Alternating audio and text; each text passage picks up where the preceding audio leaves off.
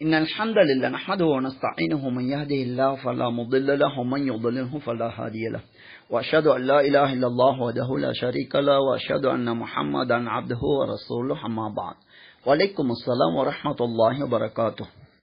மஸ்ஜிதுல் கிப்லத்தைன் பற்றி இலங்கை ஆலிம் ஒருவர் 5 நிமிடம் கொண்ட பதிவொன்றை யூடியூப் தளத்திலே பதிவிட்டிருக்கின்றார்.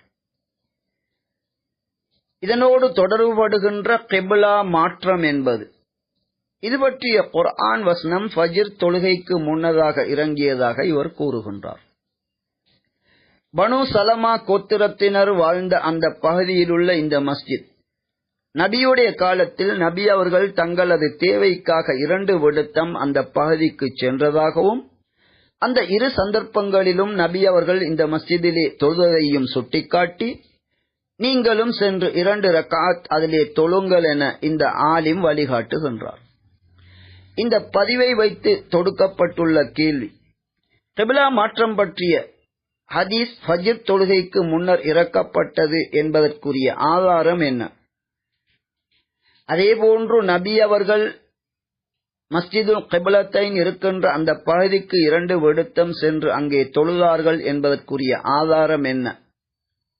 இது போன்றவை உட்பட இந்த விடயம் பற்றி ஒரு தெளிவை தருமாறு நண்பர் ஒருவர் கேள்வி தொடுத்திருக்கின்றார். நபி அலைஹி ஸலாத்து வஸ்ஸலாம் அவர்கள் மதீனாவிற்கு சென்று ஏறக்குறைய 16 அல்லது 17 மாதங்கள் மஸ்ஜிதுல் அக்ஸா எனப்படக்கூடிய ஜெருசலத்தில் உள்ள அந்த மஸ்ஜிதை முன்னோக்கித்தான் தொழுதார்கள். அதே நேரம் கஅபாவை முன்னோக்கி தொழ வேண்டும் என்ற ஒரு பேரார்வம் நபியுடைய உள்ளத்திலே இருந்தது. இந்த பின்னணியில் அல்லாஹ் இவ்வாறு 17 அல்லது 16 மாதங்கள் மதீனாவிற்கு சென்று அது கடந்ததன் பிறகு கஅபாவை முன்னோக்கி தொழுங்கள் என கிப்லாவை மாற்றினான். இதனோடு தொடர்புபடுவதுதான் மஸ்ஜிதுல் கிப்லத்தைன் என்ற அந்த வார்த்தை. 2 கிப்லாக்களை கொண்ட மஸ்ஜித் என்பது அதன் கருத்தாகும். இவ்வாறு ஒரு பெயர் ஏற்படுவதற்கு காரணம், ஒரே தொழுகையை கிப்லா மாற்றம் பற்றி அறியாத இவர்கள் வலமை போன்று மஸ்ஜிதுல் அக்ஸாவை முன்னோக்கி தொழுது கொண்டிருந்த நிலையில் கிப்லா மாற்றம் செய்யப்பட்டு விட்டது என்ற செய்தி இவர்களுக்கு கிடைக்கின்றது. உடனே ஃபஜ்ருடைய 1 ரக்காத்தை தொழுதிருந்த அவர்கள் மற்றொரு ரக்காத்தை நேர் எதிராக கஅபாவை முன்னோக்கி அந்த தொழுகையை நிறைவு செய்கின்றார்கள். இதன் காரணமாகத்தான் அந்த மஸ்ஜிதுக்கு 2 கிப்லாக்களுடைய மஸ்ஜித் என்ற பெயர் வருகின்றது. ஆனால் பலரும் அறியாத ஒரு உண்மை, இதேபோன்று அசர் தொழுகையை 2 கிப்லாக்களை முன்னோக்கி தொழப்பட்ட ஒரு மஸ்ஜித் அதே மதீனாவிலே காணப்படுகின்றது. சுருக்கம் என்னவென்றால், நபியை பின்பற்றாதவர்கள் சுவனம் செல்ல முடியாது என்ற விளக்கத்தை நபி அவர்கள் கூறுகின்றார்கள். இந்த பின்னணியிலே உண்மையிலேயே நபி அவர்கள் வஹி மூலம் என்ன கூறினாலும் முழு மனதோடு அதனை ஏற்று பின்பற்றுகின்றவர்கள் யார்? பெரிய பெரிய விடயங்கள் சொல்லப்படும் போது அதனை ஜீரணித்துக் கொள்ளாமல் இந்த நேர்வழியிலிருந்து வழிகட்டு முர்த்ததுகளாக இந்த கொள்கையை விட்டு வெளியேறக்கூடியவர்கள் யார் என்பதை அறிந்து கொள்வதற்காக கிப்லா மாற்றத்தை ஏற்படுத்தியதாக கண்ணியமிக்க அல்லாஹ் அல் குர்ஆனிலே 2வது அத்தியாயத்தின் 143வது வசனத்தில் கூறுகின்றான்.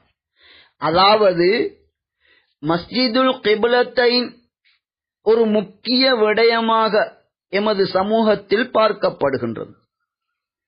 உண்மையில் மஸ்ஜிதுல் கிப்லத்தைன் என கூறுவதற்கு பொருத்தமாக ஒரு மஸ்ஜித் அல்ல 2 மஸ்ஜிதுகள் இருக்கின்றன என்று சஹீஹ் புகாரியிலே ஹதீஸ் இருக்கின்றது. அதே நேரம் கிப்லா மாற்றப்பட்டதை அறியாமல் தவறான கிப்லாவை முன்னோக்கி தொழுதுவிட்டு தொழுகையின் இடைநடுவிலே கஅபாவை முன்னோக்கி தொழ வேண்டும் என்ற சட்டத்தை அறிந்து ஒரே தொழுகையில் 2 கிப்லாவை முன்னோக்கி தொழப்பட்டதால் அத்தகைய மஸ்ஜிதிற்கு மேலதிக சிறப்பு இருக்கின்றதா, அது முக்கியத்துவம் வாய்ந்ததா என்று கேட்டால் இல்லை என்பதே மிக தெளிவான பதில். கிப்லா மாற்றப்படுவதோடு சம்பந்தப்பட்டு இந்த பெயர் ஏற்பட்டுள்ளது. இதே காரியம் 2 மஸ்ஜிதுகளிலே இடம்பெற்றிருக்கின்றது. ஒன்றைத்தான் நாம் மஸ்ஜிதுல் கிப்லத்தைன் என கூறுகின்றோம், மற்றொன்றை அப்படி கூறுவதில்லை. அந்த மஸ்ஜிதின், அதாவது பனு சலமா, பனு சலீமா அல்ல, பனு சலமா கோத்திரத்தினர் வாழ்ந்த அவர்களுடைய மஸ்ஜிது தான் அந்த மஸ்ஜித் ஆகும். தங்களது தேவைக்காக அந்த பகுதிக்கு சென்ற நபி அவர்கள் 2 விடுத்தம் அங்கே தொழுதார்கள் என்று இந்த ஆலிம் குறிப்பிடுகின்றார். ஆம், அதுதான் சுன்னாவாகும். இந்த மஸ்ஜிதுல் கிப்லத்தைன் பகுதி உட்பட எந்த ஒரு பகுதிக்காவது ஒரு முஸ்லிம் செல்லுகின்ற போது அங்கே தொழுகைக்குரிய நேரம் வரும் என்றால் அங்குள்ள மஸ்ஜிதிலே முஸ்லிம்களோடு சேர்ந்து தொழுவதென்பது சுன்னாவாகும். அதே நேரத்தில் மஸ்ஜிதுல் கிப்லத்தைனிலே 2 ரக்காத் தொழுவது சுன்னாவா? தேவைக்காக சென்ற நபி அவர்கள் அங்கு தொழுதார்கள் என்பதை கூறி அந்த மஸ்ஜிதிலே நாம் தொழ வேண்டும் என்று கூறுவது சரியானதா? இல்லை என்பதே இதற்குரிய பதிலாகும். எப்படியோ ஒட்டுமொத்தத்தில் மிக தெளிவாக கிப்லா மாற்றம் பற்றிய ஹதீஸ் அசர் தொழுகைக்கு முன்னர் இறக்கப்பட்டது என்பதே சரியானதாகும். இதனைத்தான் சஹீஹ் புகாரியில் உள்ள 40வது இலக்கத்தில் உள்ள ஹதீஸும் 4486வது இலக்கத்தில் உள்ள ஹதீஸும் கூறுகின்றது. அப்படி என்றால் இந்த ஆலிம் ஃபஜ்ர் தொழுகைக்கு முன்னர் அது இறக்கப்பட்டது என கூறுகின்றாரே, ஏன் கூறுகின்றார் என்றால் அதற்குரிய ஆதாரத்தை இவர் கூறவில்லை. அவர் கூறுவதற்கு ஏதேனும் காரணங்கள் இருக்கின்றதா என்பதை அலசி பார்த்தால் இது பற்றிய ஹதீஸை அறிவிக்கின்ற அப்துல்லா இப்னு உமர் சஹீஹ் முஸ்லிமிலே 5வது தலைப்பின் கீழ் 5வது பாடத்திலே 2வது தலைப்பின் கீழ் இந்த ஹதீஸ் இருக்கின்றது. இந்த நபி அவர்கள் கிப்லா மாற்றியது பற்றிய வசனம் இறக்கப்பட்டு இந்த மஸ்ஜிதுல் கிப்லத்தைன் எனக்கூடிய மஸ்ஜிதிலே ஃபஜ்ர் தொழுகையிலே அந்த தொழுகையை இவர்கள் தொழுது கொண்டிருக்கும் போது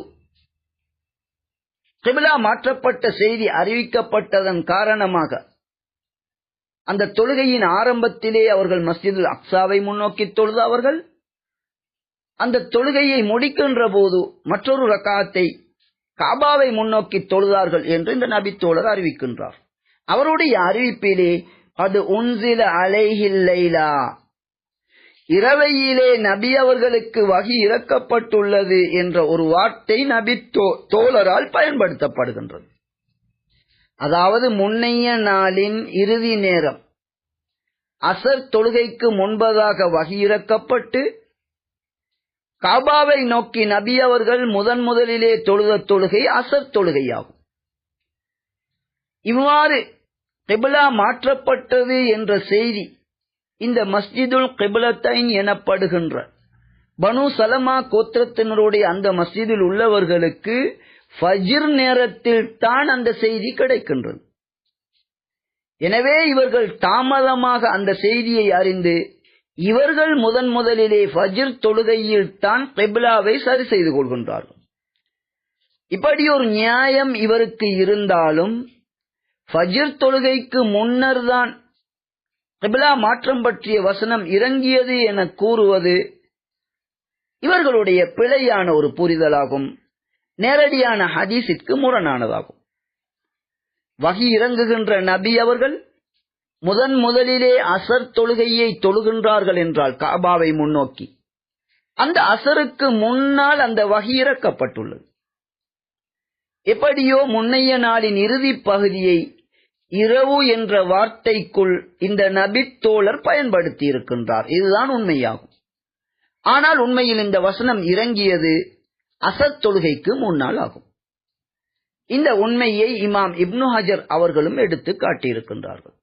அதே நேரத்தில் தேவைக்காக சென்ற நபி அவர்கள் அந்த மஸ்ஜிதிலே தொழுதார்கள் என்பதை வைத்து அங்கே நாம் சென்று 2 ரக்காத் தொழ வேண்டுமா என்று கேட்டால் நிச்சயமாக இல்லை. அந்த மஸ்ஜித் உட்பட எந்த ஒரு இடத்திற்கு ஒரு முஸ்லிம் சென்றாலும் ஏதேனும் ஒரு தேவைக்கு செல்லுகின்றார், தொழுகை நேரம் வருகின்றது, முஸ்லிம்கள் கூட்டாக தொழுகின்ற போது நாமும் அவர்களோடு சேர்ந்து தொழுவது என்பது ஒரு முஸ்லிம்களின் வழிமுறையாகும். விரும்பினால் அப்படி நாம் தொழலாம். இதனைத்தான் அந்த மஸ்ஜிதிலே நபி அவர்கள் தொழுதிருக்கின்றார்களே ஒழிய மஸ்ஜிதுல் கிப்லத்தைனிலே 2 ரக்காத் தொழுவது நபி வழி என கூறி அங்கு நாம் பயணித்து அங்கே 2 ரக்காத் தொழுவதெல்லாம் பிழையான புரிதலாகும். அது சுன்னாவும் கிடையாது.